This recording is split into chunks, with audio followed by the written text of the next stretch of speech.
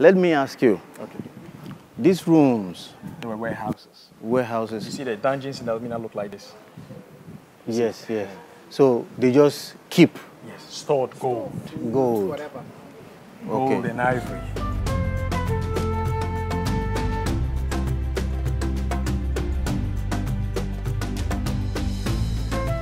Now, July 2009, the Obamas were here. One of the reasons why the Obamas were here was because his wife, Michelle Obama, believed that her ancestors were taken from here, Cape Coast, to the Americas. So they came here in order to pay respect to the ancestors who died in the dungeons.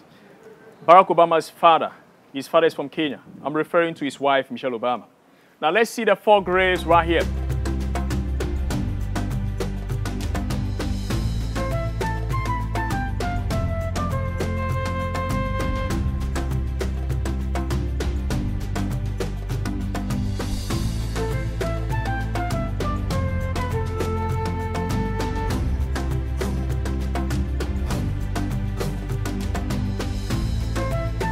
Now, there are 4 identified graves. 1, 2, 3, 4. But this grave is for a black man. The other 3 graves, they are for British traders. The black man who was buried here was not a slave. He was not an enslaved African man. He's from Cape Coast. He was born here in Cape Coast in 1741. His name is Philip Kwaku. The name is pronounced Kweku, not Kwaku. But due to the fact that the British traders could not pronounce Kweku, his name was Europeanized to Kwaku. Philip Kwaku's father is Obripon Kojo. That's the name of his father. His father is a black slave trader who used to work here.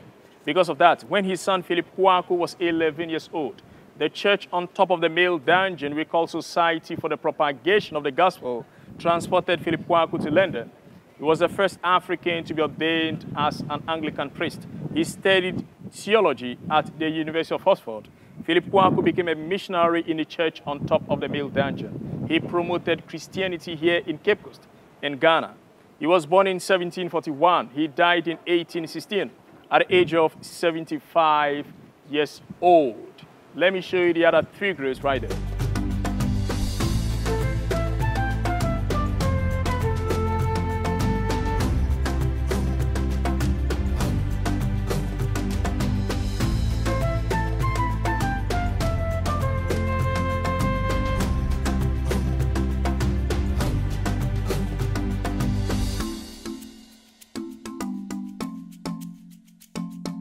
These 3 graves are not for black people. They are all for British.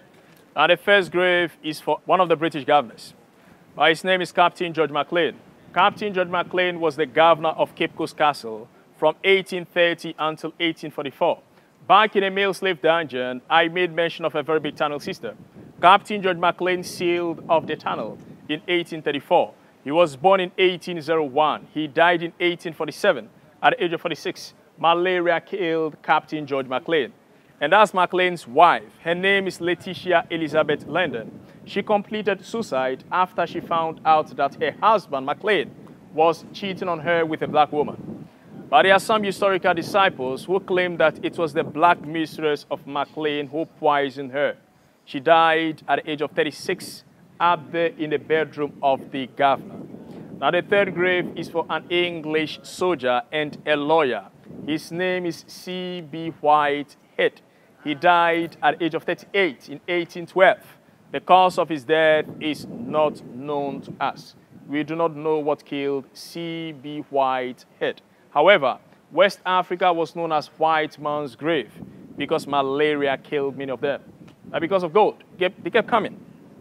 They were still coming because of gold. Before the door that we are standing stands the door we call the door of no return. Now, we call this door the door of no return because the moment the ancestors, our ancestors, walked through, they could never come back to Africa. It was through this door that millions of ancestors made their unknown journey to the Americas. The original door of no return was a tiny door, very small door, size-wise, it was like this. From here, the Africans were frustrated, very confused people because they didn't know where they were taking them to. They were all in chains and shackles. You could hear them crying for help, shouting for people to help them, but they were trapped here. Now, right after they were through this door, lies the Atlantic Ocean, the second largest ocean in the world. The ships that transported them were about 100 meters away from here. However, the British traders would bring small boats closer to the castle and urge the Africans onto and transport them to the bigger ships. After the Africans were successfully urged onto the ships, the journey would just begin. We call that journey the Middle Passage. It took them 4 months or more in order to get to the Americas. The journey, the Middle Passage, is one of the most dangerous processes of the transatlantic slave trade. It is estimated that over 4 million Africans walked through this door of no return and never came back to Africa.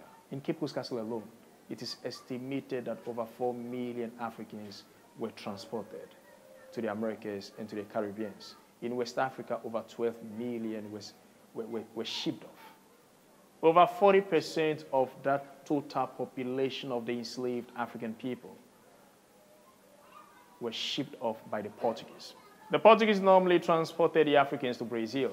That is why Brazil has a very large population of African people. Today, we are going to walk through a door millions of our ancestors walked through and never came back to Africa. But I've come to tell you that black energy never dies. All right, so these rugs were not here. Okay, these rugs that you see, they were brought here by the government of Ghana just last year. And we call this beach Ablofumpuano in our language. Ablofumpuano means white man's beach. Now, the reason is because during the transatlantic slave trade, this place was restricted. Black people were not allowed to come here. And if the British soldiers see you there to kill you, they'll just shoot you.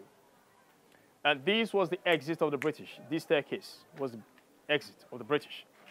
But above our heads, I would like you to have a look. Above our heads is the door we call the door of return. Now, there's a difference between the door of no return and the door of return. This door is a symbolic door. It was introduced in 1998. But before the door of return was introduced, there were skeletons of 2 people that were brought back here. And these 2 people are descendants of the Africans who were shipped off to the Americas.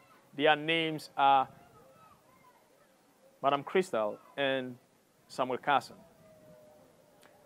Samuel Carson is from New York, and Madam Crystal is from Jamaica. They died and they were buried there respectively. In 1998, their skeletons were exhumed from their graves and brought to Accra. From Accra, they brought them to a place called Abanzi. From Abanzi, they brought them across the Atlantic Ocean through this door of return.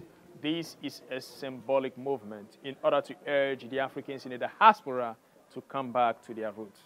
The other purpose of the door of return is to bridge the gap between the Africans in the diaspora and the Africans in the African continent. After their skeletons were brought through this door, they were reburied at a place called Asin Manson Slave Riverside. Now, when you go there, you see their graves. Samuel Carson's grave and Madam Crystal's grave. Millions of Africans were brought here from places like Mali, Burkina Faso, took their last bath there because we're very dirty. So they took them there to clean them. Then after that, they brought them to the slave castles to be obtained. I don't like to use words like sold, trade, bought, sell, obtained. It goes beyond trading. I'm not saying that the Africans were not involved. Now, these glasses that you have, there are 2 ways in which I could get these glasses from you. Now, I could come to you and tell you that I need your glasses. You give me a price, $20. I give you the glasses. I give you the money, $20. You give me your glasses. That is buying. That is trading. You sold those to me. I bought that from you. Okay? And both of us have benefited on the same ground. Now, there's another way. I could come to you and tell you that I need your glasses. If you don't give them to me because I have your father somewhere, your mother, I'm going to hurt the person. What do you think? That is manipulation, transatlantic manipulation, transatlantic genocide, exploitation, transportation. But right here, it's a big hole. Back in the middle dungeon, I made mention of a very big hole. And this is a hole. The hole is connected to the male dungeon. So the British Christians would worship in the church, and the same people come and stand right here and look at the African man in the male slave dungeon. You know, this is the part that we all do not understand. Why was the church positioned on top of the male slave dungeon? You know, this church could have been built somewhere else, even outside, but they decided to put it here. on top of the African men who are struggling to survive. Now, this is where I would like to end my presentation. Please do not forget there are 3 castles in Ghana: Elmina Castle, Osu Castle, and Cape Coast Castle. Elmina Castle was built by the Portuguese in 1482. Osu Castle was established by the Danish in 1661. And Cape Coast Slave Castle was established by the British in 1665. But you know, slavery is still going on in so many different ways. As a people, let's come together. Let's educate the next generation so they don't repeat the same mistakes our ancestors made many centuries ago. I always say that there are 2 things that are very important: love and self-education. We have to be very conscious, very knowledgeable, and very educated in order to avoid any kind of manipulation and control. Love is very important. But do not forget one thing that is also very important. And that one thing which is very important is that black energy never dies. This concludes our tour of the Cape Coast Castle here in the Cape Coast, Ghana. Subscribe, follow me on YouTube, Instagram, Twitter, and my Facebook to continue to follow my journey across Africa. Thank you. Have a wonderful day. I am Abdul Rashid Abubakar.